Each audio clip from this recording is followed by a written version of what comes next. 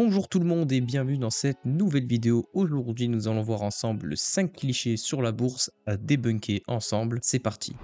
Avant de commencer, je tenais à me présenter pour ceux qui ne me connaissent pas. Moi, c'est Maël Finance. Sur cette chaîne, on parle d'investissement en bourse, de finances personnelles, etc. Donc, si ce genre de contenu vous plaît, n'hésitez pas à vous abonner. Alors, pourquoi ce genre de vidéo est importante? En fait, ce genre de vidéo, c'est important parce que ça permet de venir débunker certains clichés, en fait, certaines idées reçues sur la bourse qui pourraient empêcher de nouvelles personnes de se lancer sur les marchés financiers, alors que tout simplement, ces clichés-là sont totalement faux. Et c'est ce que nous allons voir ici dans cette vidéo afin que vous puissiez vous lancer de manière plus sereine. Allez, c'est parti. Premièrement, nous avons la bourse, c'est pour les riches. Celle-là, c'est la classique, on l'entend très souvent. C'était sûrement vrai avant, mais maintenant, c'est plus du tout le cas. En fait, depuis même déjà, je pense, plusieurs années, voire même plus d'une décennie, parce que maintenant, les billets d'entrée sont beaucoup plus bas qu'avant. Nous avons des frais qui sont très compétitifs si on choisit les bons courtiers, donc des frais sur tout ce qui va être frais de courtage, frais de passage d'ordre, etc. Et on a notamment la possibilité de faire des achats, enfin, de faire des ordres d'achat très bas, des même 10 € maintenant sur certains CTO. Je pense par exemple à Trade Republic ou ce genre de courtier là avec lesquels on peut passer vraiment des ordres d'achat très bas. Et en fait, tout ça c'est très simple, ça s'explique simplement par les avancées technologiques dans le domaine de la finance, donc notamment tout ce qui va être l'automatisation tout simplement de tous les processus en fait, hein. Donc ça c'est lié à l'informatisation et la digitalisation de tous ces process d'achat, de revente, de passage d'ordre, etc. qui viennent du coup tirer en fait tout ça vers le bas, et ce qui fait que c'est beaucoup plus accessible pour toutes les catégories dans la population, si on peut dire ça comme ça. C'est en fait accessible à tout le monde. Je vais vous donner quelques exemples de courtiers avec lesquels vous pouvez tout simplement passer des ordres avec des frais très compétitifs. Pour le CTO par exemple, je vais vous donner deux exemples ici, De Giro ou encore Trade Republic. Et pour le PEA, vous avez Boursobank. Donc pour tous ceux qui souhaitent ouvrir un compte, vous avez mon code parrain, donc mon code promo en description. Pour ceux que ça intéresse, vous avez en ce moment je crois plus de 100 € offerts pour l'ouverture d'un compte. Sinon vous avez d'autres PEA qui sont extrêmement bien, Bourse Direct, Trade Republic ou encore Fortuneo. Alors ce cliché, pourquoi en fait il persiste? Parce que je pense que c'est encore dû peut-être au film où on voit encore par exemple le Loup de Wall Street, etc., où les gens en fait appellent, etc., pour venir acheter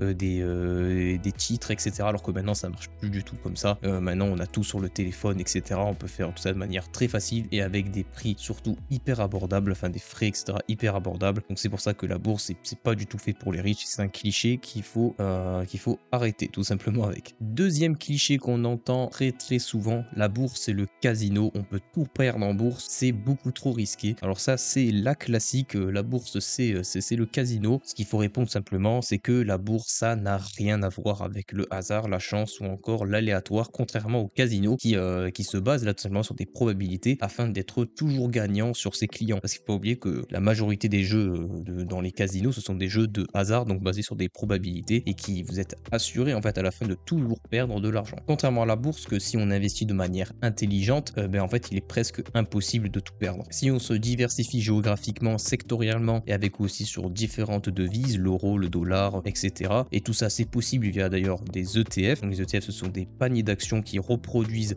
des indices boursiers. Et tout ça c'est possible d'être diversifié et de ne pas entre guillemets faire des paris insensés et tout perdre en bourse. En général en fait les gens qui perdent en bourse énormément, ce sont entre guillemets des gens qui s'amusent à faire du trading, si on peut dire ça, du trading, et qui en fait font des paris totalement insensés et qui perdent là beaucoup d'argent. Mais c'est pas du tout le cas si on investit de manière intelligente. Notamment, rappelez-vous de cette phrase que lorsqu'on investit en bourse, de pas mettre tous ses œufs dans le même panier. C'est assez important, il faut se diversifier et pas prendre du coup des risques ou des paris insensés. Pour répondre aussi à la phrase c'est trop risqué, alors en réalité la bourse c'est pas trop risqué, c'est volatile. C'est quelque chose de différent. La volatilité là ça va dépendre des contextes, donc notamment économiques, financiers et géopolitiques, et notamment des crises que l'on peut traverser. Par exemple très récemment on a eu la crise du Covid-19 en 2019-2020, ou encore récemment les entre guillemets guerres commerciales provoquées par exemple avec Trump et les droits de douane, etc., entre la Chine, l'Europe et les États-Unis. Tout cela va venir du coup influencer les marchés financiers. Sinon il faut se rappeler qu'historiquement la bourse évolue de manière positive, et c'est pour ça qu'il faut avoir une vision long terme. Si on a une vision long terme entre guillemets, le risque est vraiment très dilaté sur le temps et en fait c'est presque impossible de perdre de l'argent. Là ici je vous ai mis un graphique du S&P 500 à l'appui ici qui remonte jusqu'en 96 et vous voyez que en fait ça n'a fait que monter, la dynamique en fait est même très montante, surtout sur les 10 dernières années. On voit que la dynamique est très ascendante, donc il faut se rappeler que historiquement les marchés vont vers le haut. Et en réalité cela s'explique tout simplement parce que la bourse ça représente une économie au global, surtout quand on investit comme j'ai dit ici sur des ETF qui vont reproduire des indices très larges comme ici le S&P 500. Pour rappel, pour ceux qui ne sauraient pas, le S&P 500 ça regroupe les 500 plus grandes entreprises américaines, donc ça représente quand même une grosse partie de l'économie américaine et du coup ces marchés là ne font que représenter en fait cette économie là au global. Alors oui, des fois elle peut être surestimée ou sous-estimée, mais en général on voit bien que malheureusement des fois il y a des temps de crise qui viennent du coup ramener à la réalité, on va dire, tous ces gens qui pouvaient essayer de spéculer sur les marchés financiers. D'ailleurs notamment c'est-à-dire que si en fait la bourse s'effondre, c'est l'économie en fait tout entière qui s'effondre aussi, parce que beaucoup de gens ont peur qu'en fait la bourse ça s'effondre, tout ça, etc. Mais il faut comprendre que en fait ça va de pair. Et pour ça j'ai un bon exemple. Par exemple nous en France lors de la crise du Covid-19, on a la bourse qui a perdu beaucoup, je crois que c'était plus de 30% en moyenne sur différents marchés mondiaux. Et il faut savoir que les salaires des nouveaux entrants sur le marché du travail a lui aussi pas mal baissé, notamment du coup des juniors, des jeunes diplômés, etc. qui arrivaient sur le marché du travail ont vu leur salaire baisser de 10-15% comparé aux années précédentes. Donc en soi il faut vraiment comprendre qu'il y a vraiment des liens entre la bourse et la réalité économique, et c'est ça en fait ce que beaucoup disent en disant c'est trop risqué, etc. C'est qu'on a l'impression qu'ils omettent le fait qu'il y a une réalité derrière la bourse et une réalité économique et une réalité de marché. Et c'est pour ça du coup que ce cliché là c'est le casino, c'est trop risqué. Non, pas du tout. Alors troisième cliché, la bourse c'est chronophage. Alors ça c'était peut-être vrai il y a encore une fois 30 ans, 20 ans, mais c'est plus du tout vrai de nos jours. La bourse ça prend seulement 10 minutes à investir dans le mois. Si on investit de manière passive et avec une vision long terme, comme en fait une grande majorité des investisseurs, parce qu'on n'est pas trader, nous sommes investisseurs, et quand on est investisseur, on investit sur le long terme, ça nous prend vraiment 10-15 minutes dans le mois. C'est vraiment juste le temps d'appliquer sa méthode DCA. Donc DCA c'est Dollar Cost Average, c'est-à-dire investir le même montant tous les mois. Donc on a juste en fait à faire un virement depuis son compte en banque vers son CTO ou son PEA, acheter le même montant tous les mois quand les marchés sont ouverts, et après on profite de ce moment pour regarder si ces investissements vont bien, si ça a monté ou si notre allocation est respectée, etc.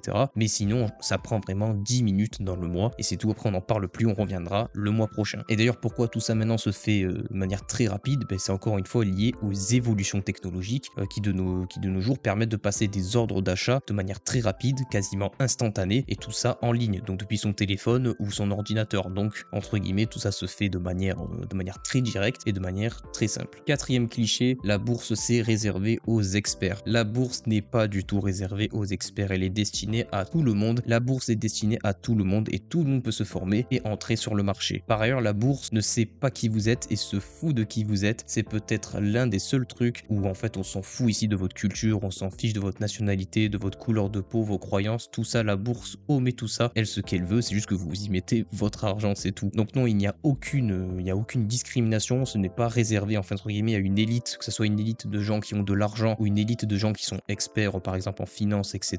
Ce n'est pas du tout réservé à une catégorie professionnelle, si on peut dire ça comme ça. Notamment on a de quoi beaucoup se former maintenant de nos jours, on a YouTube, comme vous faites actuellement en regardant cette vidéo, on a des newsletters, des podcasts, des livres, beaucoup de livres qui sont notamment des best-sellers comme Père riche, Père pauvre ou bien d'autres, ou La psychologie de l'argent, etc. qui sont des livres très intéressants que je vous invite à lire. Donc il y a vraiment de quoi se former à bas prix ou même des fois gratuitement. Et un autre point, c'est qu'en bourse, tous les bilans et tous les résultats des entreprises sont publics et visibles sur internet. Donc c'est pas du tout réservé à une certaine catégorie professionnelle comme par exemple le private equity. Donc le private equity c'est comme de la bourse entre guillemets, mais c'est pas de manière publique, alors que là en bourse tout est public. C'est le but même de la bourse, c'est que tout le monde puisse investir dans l'entreprise. Donc non, du coup ça fait que ce n'est pas du tout réservé à une certaine catégorie de personnes. Et nous avons notamment la magie des ETF qui permettent d'investir de manière passive, de manière très simple et efficace, tout en ayant une très bonne diversification. Par exemple, vous pouvez simplement prendre un MSCI World qui va investir sur le monde entier, comme ça vous ne cassez pas la tête, et cela va amener d'ailleurs une très belle performance. Le MSCI World, c'est historiquement sur 120 ans, 6% tout de même de performance annuelle, donc c'est vraiment énorme. Et si on prend sur des plus courtes durées, notamment sur les 20 dernières années, on est plus proche des 10-11%, donc on est vraiment sur de très belles performances. Et d'ailleurs, en ayant une vision long terme et en faisant par exemple du DCA, il faut savoir que vous battez tout simplement les gérants de fonds privés. Donc c'est-à-dire que simplement en investissant de manière passive sur des ETF comme le S&P 500, MSCI World, CAC 40, etc., vous ferez mieux que les gens qui essaient de battre le marché. En fait, en réalité, le marché bat dans 90% des cas les gérants de fonds privés. Donc non, la bourse n'est pas du tout réservée aux experts, elle est destinée à tout le monde qui s'y intéresse un minimum et qui est un minimum formé et qui sait ce qu'il fait. Cinquième et dernier cliché, il est trop tard pour investir, les marchés sont trop hauts. Ça, c'est ce qui va arriver en dernier cliché, c'est-à-dire que même si tous les clichés précédents ont été débunkés, il y a des gens qui vont sortir ça et ça, c'est totalement faux car les marchés en fait ne font que monter en réalité dans le temps. En réalité, en fait, si vous considérez que les marchés sont trop élevés, en fait, vous n'investissez jamais. Pour cela, j'ai pris l'exemple du S&P 500. Si, imaginons pour vous, en